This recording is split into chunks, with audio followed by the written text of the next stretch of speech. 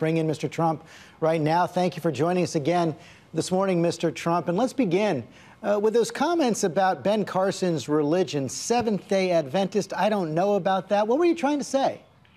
Well, I don't. I know nothing about it, really. I'm a Presbyterian, and I had mentioned that, and I did say I don't know about it, and in fact, those are my exact words. So I just really don't know about the Seventh-day Adventist. I just, and that's what I said. But why raise it at all? Some conservatives claim the Seventh-day Adventists are not Christian. Were you trying to send a dog whistle to them because Ben Carson is beating you among evangelicals in Iowa? No, not at all. In fact, I think nationwide I'm beating Ben with the evangelicals. But no, not at all. I just don't know about that particular religion.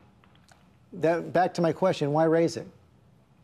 Because I just said I don't know about it. I said nothing about it. I would never say bad. I'd never say bad about any religion. And as you know, in fact, I think you just had a quote on, I said exactly, I don't know about it. So, Ben Carson that's not an insult. Ben Carson has asked for an apology. Will you give it to him? Well, I didn't say anything bad about it. I just don't know about it. I would certainly give an apology if I said something bad about it, but I didn't. All I said was, I don't know about it. So you're not going to apologize to Ben Carson. Let's talk about some of the policy differences you have with Mr. Carson now that you guys are the top two candidates on the Republican side.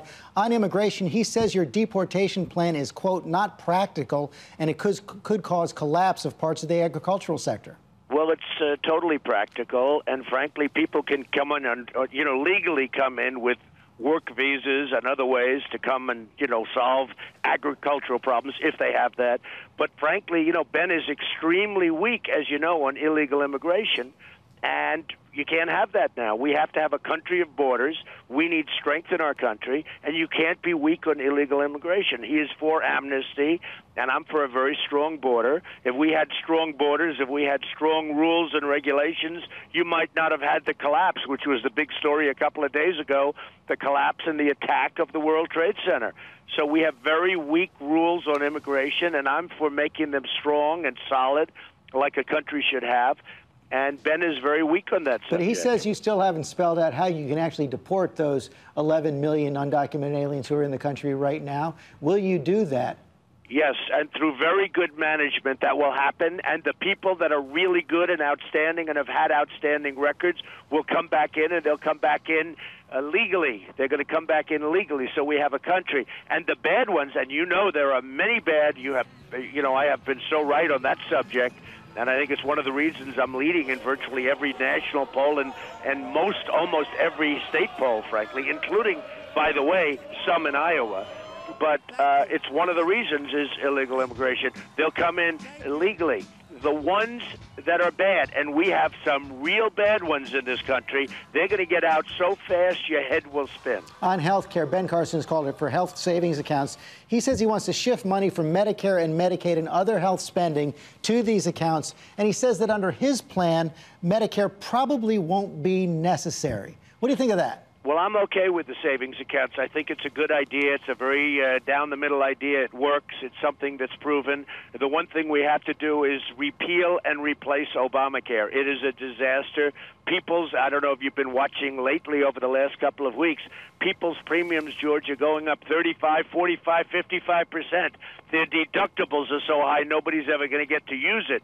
So Obamacare is turning out to be a bigger disaster than anybody thought. So if you have Forget about the $5 billion website. That was the beginning. That was really the beginning of the end. Obamacare is a disaster. So if you agree with this health savings accounts idea, do you also agree with Ben Carson when he says Medicare probably won't be necessary? Well, it's possible. You're going to have to look at that. But I tell you what, the health savings accounts, I've been talking about it also. I think it's a very good idea, and it's an idea whose probably time has come. Bottom line, is Ben Carson your #1 challenger right now, and can you stop his surge? Well, in Iowa he is, not everywhere else, because everywhere else I see they're all different people all over the lot, all scattered all over the place. New Hampshire is totally different. In New Hampshire, I have a massive lead, and we have different seconds. You look at different states, it seems to be a lot of different people. But certainly in Iowa, he got a lot of PR by going a little bit ahead of me in Iowa. But we'll see what happens, because I find it hard to believe. I was in Iowa 3 days ago. We had such an unbelievable turnout that I find it really difficult to believe that I'm in second place. But we'll find out. Let's talk about Jeb Bush. He's, as we know, made severe cuts in his campaign and his budgets. He said yesterday he doesn't want to sit around and see gridlock, and he went on to say this. That is not my motivation. I got a lot of really cool things that I could do other than sit around being miserable, listening to people demonize me and me feeling compelled to demonize them. That is a joke. Elect Trump if you want that. What do you think? Elect Trump? Well, all I'm saying is he's not going to get the job done. He doesn't have the temperament for it. He doesn't have, I use the word energy, but, and by the way, Ben Carson's a very low-energy person also. Hey, look, we're being ripped off by the entire world. You look at what's going on, our trade deals with China, with Japan, with Mexico, with everybody. We lose with every single thing. You need somebody that's done it before. You need somebody that has that real ability to bring our country back, to make our country rich again, and we can do that. And therefore, to also, without the money, without the rich, we can't make it great again, George. Bush does not have that. Jeb does not have that. It's not for him. And I hate to see what's happening with him, but his campaign is a disaster. He's paid one person $1.3 million, some finance director, paid $1.3 million. That's almost more than I paid for my whole deal. When you look at what I've done, I'm number one in virtually every poll, and I spent less money than any other candidate that's running.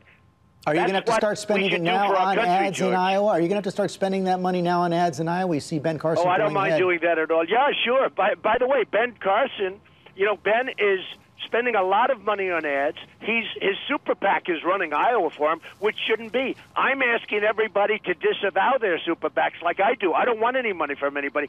I'm self-funding my campaign. But Ben, he's being led by his super PACs. And if the super PACs in Iowa are doing a lot of the work for him, and that's not supposed to be happening. That's not the way it's supposed to work. There was a remarkable focus group in Indianapolis run by Peter Hart this week among Republican voters. Had some good things to say about you, but they were also worried that you might be divisive. Listen in on that. He's going to offend everyone. He's intolerant and has a lack of empathy. He'll call everybody idiots and we'll just get mad at him. He's a hothead. He just doesn't think.